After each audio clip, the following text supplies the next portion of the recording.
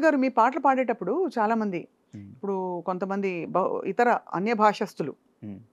మీ పాట పాడేటప్పుడు సరిగా ఉచ్చరించలేదని చెప్పి కొంతమంది పడిన సందర్భాలున్నాయి. హ్మ్. మీరెప్పుడైనా ఫీల్ అయ్యారా అలాగా? మీ పాటలే కాదు సరే. నేననేది సిద్ అంటే శ్రీరామ్ గారు కావచ్చు. మన భాష గాయకులు పాడినప్పుడు ఆదరించే మనసున్న వాళ్ళే అన్య భాష గాయకులు పాడినప్పుడు విమర్శించే అర్హత ఉన్నవారని నా ఉద్దేశం. అందరూ తెలుగువారి చేత పాడిస్తుంటే మరి ఆదరించట్లేదు. ఆదరించట్లేదా ఇంకా గూడా? ఆదరించట్లేదు. కొత్త గొంతు కావాలి.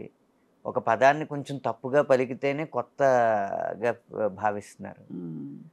అదీ కాక నేను మొహమాటం లేకుండా చెప్పేదేంటంటే, హ్మ్. మిగిలిన భాషల్లో ఉన్నంత నాణ్యత హ్మ్. మన తెలుగు భాష గాయకుల గొంతుల్లో చాలా అరుదుగా కనిపిస్తుంది. హ్మ్. కారణం మన పేరెంటింగ్ విధానం. ఎవ్వరు చిన్నప్పటి నుంచి ఈడు గాయకుడు అవ్వాలని చెప్పి తన పిల్లల్ని పెంచట్లేదు. ఇది సెకండరీగా ఉంచు. ముందు ఐఐటీ కొట్టు, లేకపోతే మెడిసిన్ కొట్టు. అన్నీ కొట్టుకొని పుస్తకాలేసుకొని నెత్తినేసి కొట్టుకో. ఇయన్నీ చెప్పిన తర్వాత వాడి సహజ సిద్ధంగా ఉన్న ఆశయానికి సెకండ్ ప్రిఫరెన్స్ ఇమ్మని, ఈ సమాజం మెచ్చే ఆశయం వైపు ఫస్ట్ ప్రిఫరెన్స్ ఇచ్చి, కృత్రిమంగా ఆశయాన్ని జొప్పించి దాని తపస్సు దాని వైపు చేయించి, ఒక 18 సంవత్సరాలు, 25 సంవత్సరాలు వచ్చిన తర్వాత ఆళ్ళ సమాజానికి అనుకున్నది, తల్లిదండ్రులు అనుకున్నది ఆడు సాధించిన తర్వాత, ఆడిని సాఫ్ట్‌వేర్ ఇంజినీర్‌నో, లేపోతే డాక్టర్‌నో, ఒక కార్పొరేట్ గాయన చేసిన తర్వాత, ఇప్పుడు కావాలంటే నువ్వేదైనా చేసుకోండి. ఇంకేం చేస్తాడాడు? అప్పటికే చిన్నప్పటి నుంచి సాధన ఉంటేనే గదా! అవును. హ్మ్. అది తెలుగు వారిలో మాత్రం ఉందంటారా ఈ ఆ! గుణం? తెలుగు వారిలోనే ఎక్కువుంది. అంటే ఎందుకంటారు? అంటే అతి జాగ్రత్తేమో. చైనా వల్ల. చైనా వల్ల? హ్మ్. ఒక సంస్థ పేరు చెయ్యితో స్టార్ట్ అవుద్ది. ఒక సంస్థ పేరు నాతో స్టార్ట్ అవుద్ది.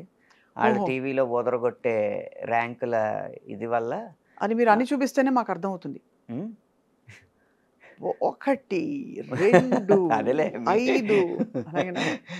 ఈసారి ఐఐటీ కాంపిటీషన్‌లో వరుసగా 1, 1, 1, 2, 2, 2, 5, 6, 7, 7, 7 ఇలా 10 లోపు 100 ర్యాంకులు సాధించిన సంస్థ అయిపోయింది.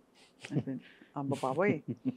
ఈ చాలా విషయం గమనించారు మీరు. అంటే హ్మ్. ఎంత ఈ పెద్ద ఈ విషయం మరి అంత చెప్పారు. ఊదరగొట్టేస్తుంటే మావోడు అందులోకెళ్ళిపోవాలి. మావోడు కొట్టేయాలి. మావోడికి కట్నం వచ్చేయాలి. ఇదే గదా! అవును. మా అమ్మాయే ఎళ్ళిపోవాలి. మా అమ్మాయి మెడిసిన్ కొట్టేయాలి. మంచి ర్యాంక్ కొట్టేయాలి. తక్కువ కట్నం ఇచ్చుకోవాలి. హ్మ్. ఈ ఇదితో వెళ్తున్నప్పుడు ఎలా కుదురుతదండి? ఇప్పటికే ఆ జబ్బు పోలేదు. పోనీ సింగి సింగర్‌ని చేద్దాం అనుకున్న తల్లిదండ్రులైనా దేన్ని చూసి ఇన్‌స్పైర్ అవుతున్నారు?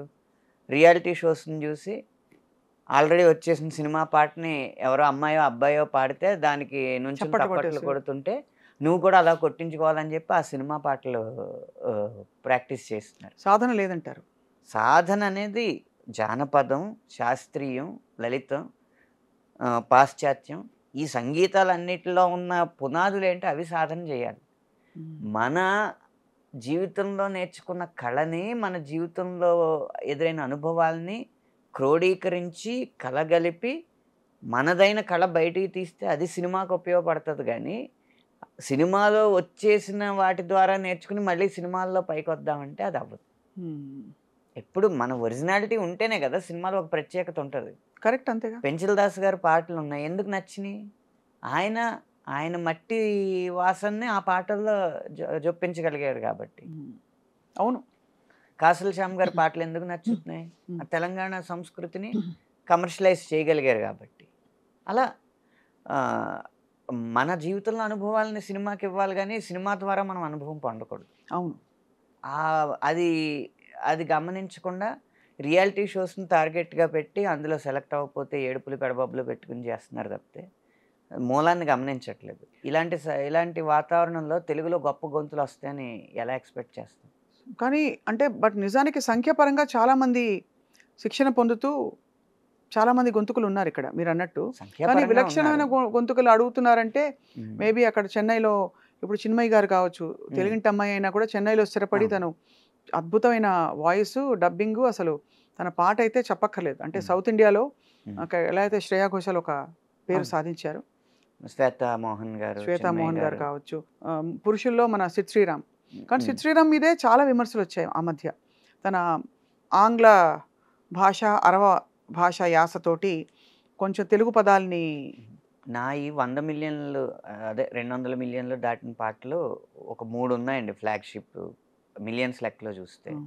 హ్మ్. ఒకటి ఇంకేం కావాలి, 2 కళావతి, 3 ఇప్పుడు ఓ 2 ప్రేమ మేఘాలు. హ్మ్. ఆ మూడిట్లో 2 సిద్ శ్రీరామ్‌యే. ఇప్పుడు విపణిలో ఏది ఎ ఎక్కువ అంకెలు చూపిస్తుందో అదే విజయం. ఇప్పుడు విమర్శించినంత మాత్రాన అంకెలు తగ్గట్లేదు కదా! తగ్గవు. కరెక్టే. అది నిజమే. మనం విమర్శ అనేది ఆహ్, మన విమర్శ మానిటైజ్ అయ్యేలా ఉండాలి. హ్మ్. ఉత్తినే వచ్చి సలహాలు ఇస్తే కుదరదు. అంతేగా. హ్మ్. విలువలు తగ్గిపోతున్నాయండి. పాత సినిమాల్లో విలువలుండేవి. సరే ఆ విలువలు పాటించినప్పుడు విపణిలో దాన్ని గెలిపించడం ఎలాగో కూడా సలహా ఇవ్వాలి. అంటే ప్రణాళికాబద్ధంగా ఉండాలి తప్ప హ్మ్. దానికి ఆ రాళ్ళు ఉత్తుత్త ఇసిరేస్తే కుదరదండి అవును. విమర్శలు. చాలా ఎంత గొప్ప పాయింట్ చెప్పారు. హ్మ్. ఇంత క్లారిటీ ఎలా వచ్చింది ఆనంద్ గారు మీకు? మళ్ళీ గోదావరి జిల్లాలేనా? కాదు మీరు ఎంత ఎవ్ క్లియర్‌గా ఉన్నారు చూడండి. హ్మ్. మీరేమి దాన్ని ఖండించట్లేదు. హ్మ్. బట్ ఏంటది తినడానికి ఉపయోగపడిన ఇడ్లీలు ఎందుకంటున్నారు? అంతేనండి. అంటే విలువలు సినిమా అనేది ఒక వ్యాపారాత్మకమైన కళ. లేదా కళాత్మకమైన వ్యాపారం. ఈ కళా వ్యాపారం మిళితమైనున్నప్పుడు ఒక కళ గురించో, ఒక వ్యాపారం గురించో మాట్లాడకూడదు. రెండిటిని 2 కళ్ళుగా భావించి చూడాలి. కడుపు నింపని కళలెందుకు తనకు మాలిన ధర్మమెందుకు అంతేనా? అంతే కదండీ. హ్మ్. ఏదైనా ఉంటదండి. ఇప్పుడు 'శంకర్ మహాదేవన్' గారి సాధన ఎంత గొప్ప సాధన అది. ఆయనేమి శాస్త్రీయ సంగీతాన్ని ఆహ్, ఎక్కడో కప్పేసి పాశ్చాత్య సంగీతం వైపో లేకపోతే చౌక సంగీతం వైపో వెళ్ళలేదు గదా! ఆ శాస్త్రీయ సంగీతానికి వ్యాపార దృక్పథం ఎలా జోడించాలనేది నేర్చుకున్నారు. హ్మ్. అందుకే ఆయన పాటలు హిట్ అయినాయి. ఆయన గొంతు హిట్ అయింది. కరెక్ట్. ఆ రకంగా ఎవరు సాధన చేశారు? శంకర్ మహాదేవన్ గారు గమకాలు అంత తిరగడానికి కారణం ఏంటని అడిగితే ఒక చోట చెప్పారు. సాధన. వర్ణాలు, వర్ణాలున్నాయి కదా!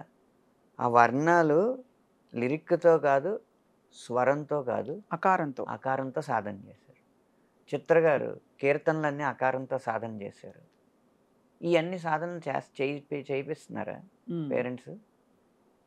రియాలిటీ షోల వైపు చూస్తున్నారా? చైనా వైపు వెళ్తున్నారా? అలా చైనాలో చదివితే వచ్చే ప్రొడక్ట్స్ కూడా చైనా ప్రొడక్ట్సే వస్తాయి. హ్మ్. చూడ్డానికి బావుంటాయి. గొప్ప మాట ఠంగుమని చెంప చెల్లుమనిపిచ్చావు. మన పాత డైలాగ్ చెప్పారంటే.